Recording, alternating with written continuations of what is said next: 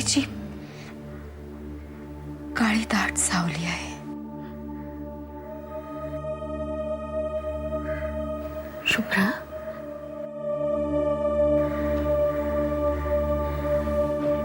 हे शुभ्रा, अगं पुन्हा कुठं हरवलीस तू?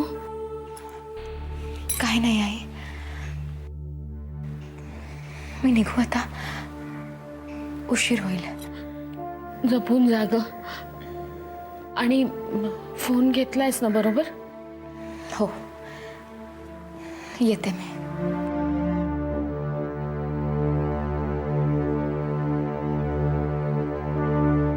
ती सावली पार्वतीची नाही आहे, तिची काळी दाट सावली आहे.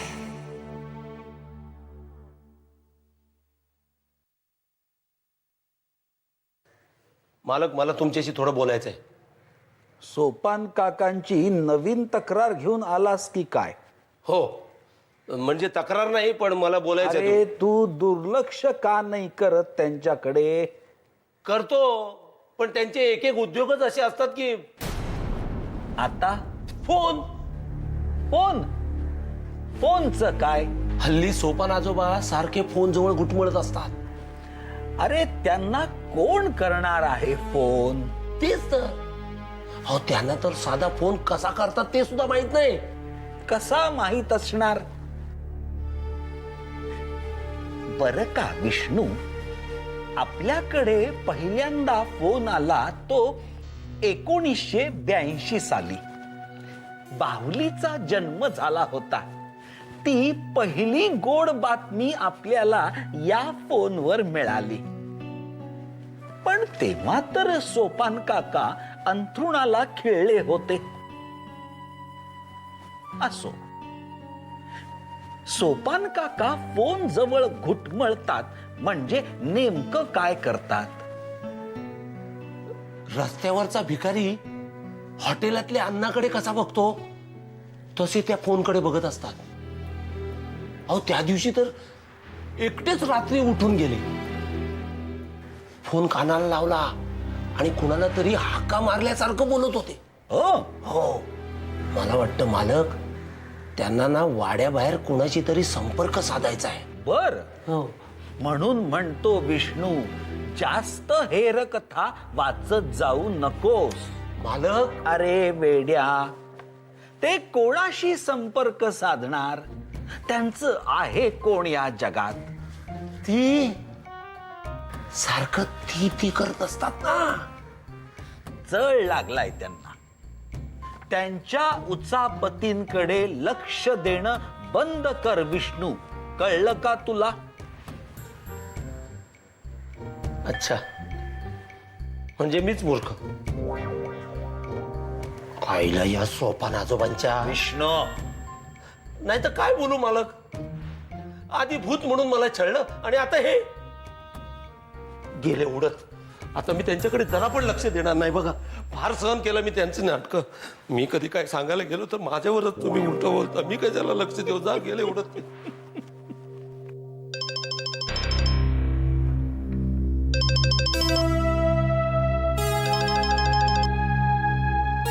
हॅलो. हॅलो डॉक्टर, मी शुभ्रा शास्त्री बोलते. हां, बोला मिसेस शास्त्री. तुम्ही आज येणार आहात ना? हो, आपली अपॉइंटमेंट कन्फर्म करण्यासाठी फोन केला. ऑफकोर्स. पण मिसेस शास्त्री, तुम्ही ट्रीटमेंट पुन्हा सुरू करणार नाही असं म्हणाला होतात. एका वेगळ्याच विषयावरती तुम्हाला माझ्याशी बोलायचं आहे. पण ते एक्झॅक्टली कशाबद्दल आहे ते सांगितलं नाहीत. मी म्हटलं ना तुम्हाला डॉक्टर, जरा वेगळं काम आहे. भेटल्यावर सांगते. Sure.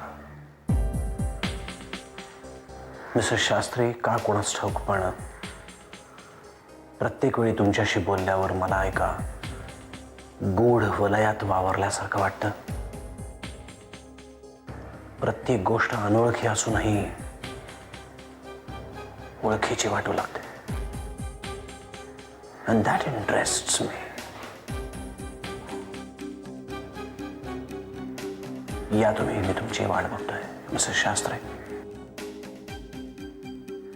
Bye the way Mrs Shastri, Mr शास्त्रींना याबद्दल माझ्या आयुष्यातली कुठलीच गोष्ट त्यांच्यापासून लपलेली नसते doctor. and that's the reason I respect both of you. या मिसेस शास्त्री, मी तुमची वाट बघतोय. ठेव फोन.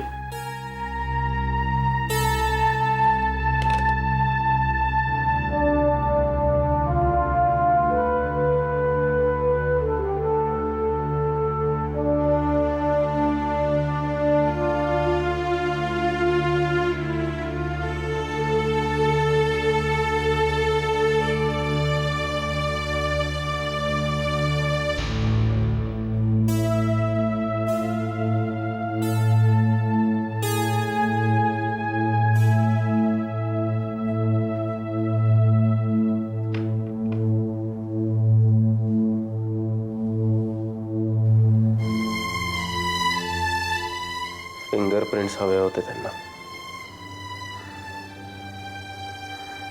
देऊन आलो.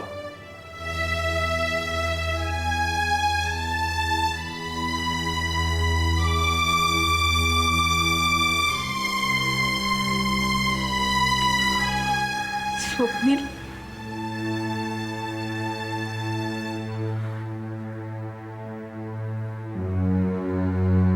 माझ्यामुळे क्षिप्रा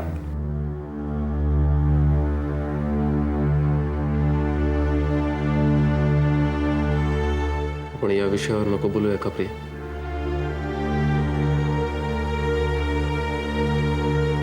कोणामुळे कधीही काहीही होत नसतं.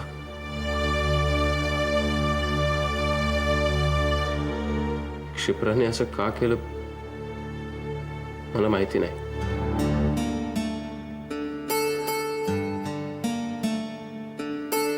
आणि कधी कळणारही नाही. स्वप्नील, क्षिप्रानं आत्महत्या नाही केली. तिला मी नाही मारलं. मी खरंच नाही मारलं.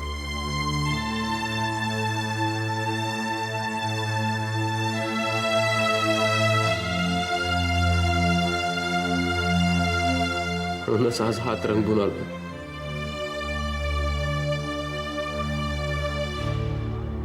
वन्स अँड फॉर ऑल सगळ्यांनाच पटेल.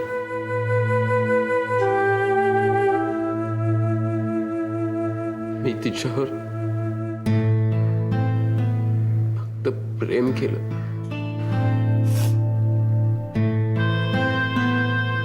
फक्त प्रेम.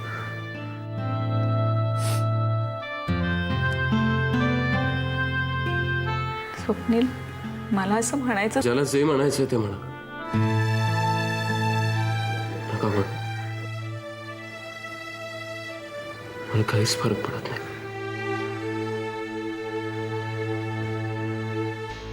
क्षिप्रा नाही आता.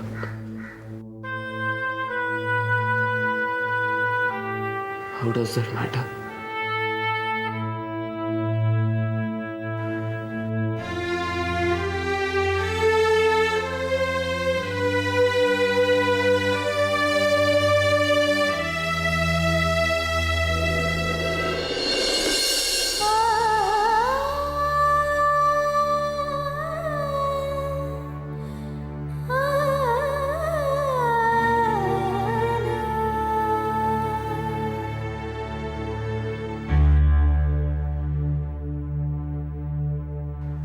सो मिसेस शास्त्री, काय प्रॉब्लेम आहे? डॉक्टर, आज मी तुम्हाला जे काही सांगणार आहे त्यावर तुम्हाला विश्वास ठेवावाच लागेल. म्हणजे एरवी मी ही गोष्ट आदिनाथांशिवाय दुसऱ्या कोणालाच सांगितली नसती. पण तुम्ही आत्तापर्यंत माझ्याबद्दलच्या अत्यंत अतर्क्य गोष्टींवर विश्वास ठेवलात. म्हणून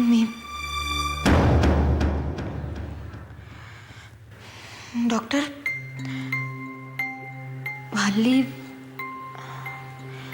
म्हणजे असं 2-3दाच झालंय आतापर्यंत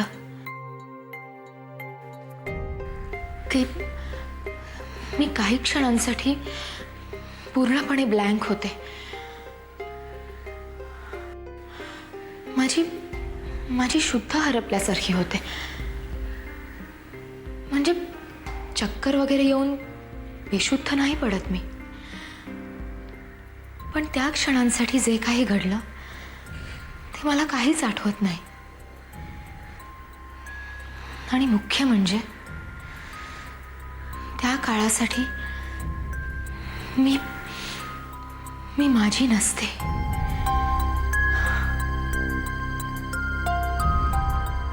एवढाच प्रॉब्लेम असेल मिसेस शास्त्री तर घाबरण्याचं काहीच कारण नाही.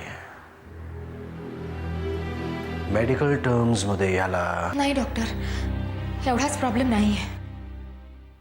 माझं ऐकून घ्या.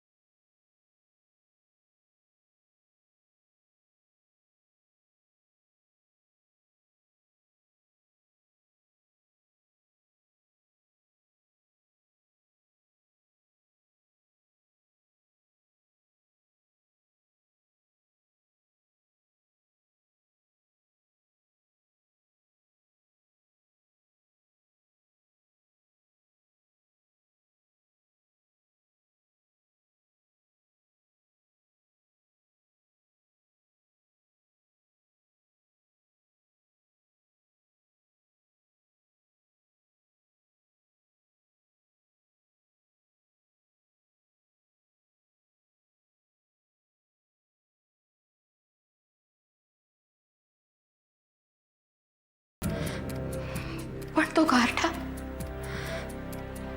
गारठा चिरत जातो आत कुठेतरी, कशाला तरी.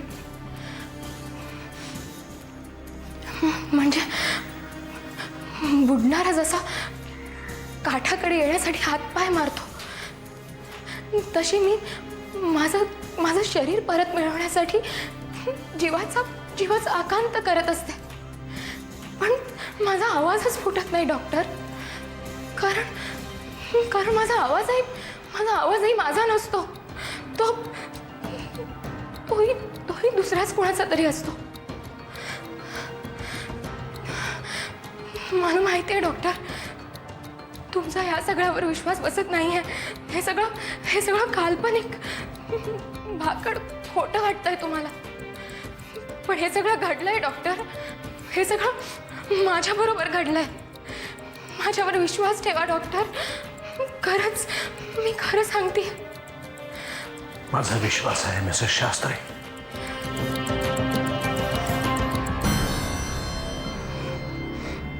असं होऊ शकतं, असं होतं मिसेस शास्त्री. माझा विश्वास आहे तुमच्यावर.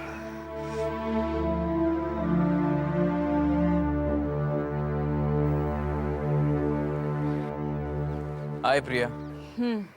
काय झालं? नाही, काही नाही. Something wrong? I can make out.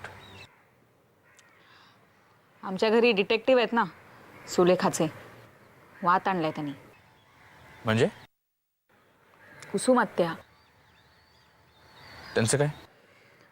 माझ्याकडनं माहिती काढून घ्यायचा प्रयत्न करते. आणि काय? कशाबद्दल?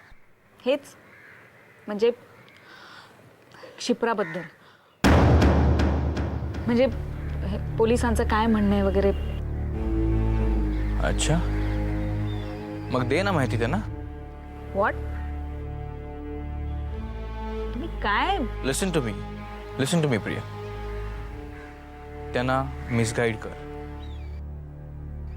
Give a wrong piece of information so that त्या सुलेखाला मिसगाईड करतील. हे बघ प्रिया, आतापर्यंत आपण बेसावध होतो. आता सुलेखांनी बेसावध होणं गरजेचं आहे. Are you understanding what I am saying? Yeah, I think so.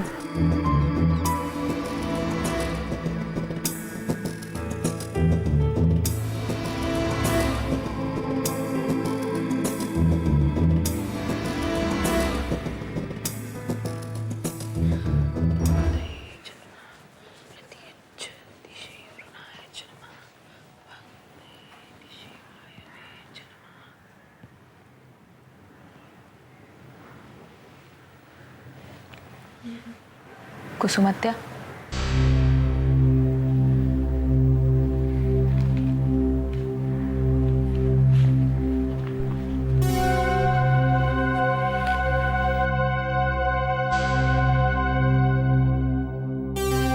कुसुमात्या, I am sorry. मी खूप उलटसुलट बोलले तुला. पण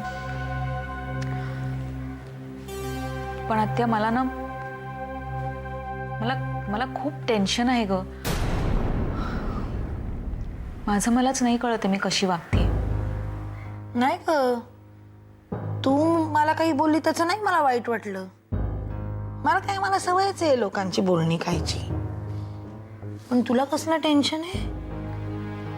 क्षिप्राच्या म्हणजे तिच्या प्रकारे गेली त्यावरून जे काही चाललंय. अगो तेच तर विचारत होते ना मी. नाही म्हणजे माझा त्याच्याशी काही संबंध नाहीये हं. आणि मी चुगल्याही करायला जात नाही कोणाला. कुसुमात्या, म्हटलं ना मी चुकले म्हणून. मी खरंच असं म्हणायला नको होतं की तू सुलेखाला जाऊन सगळं. तर जाऊ दे ग, तो विषय जाऊ दे.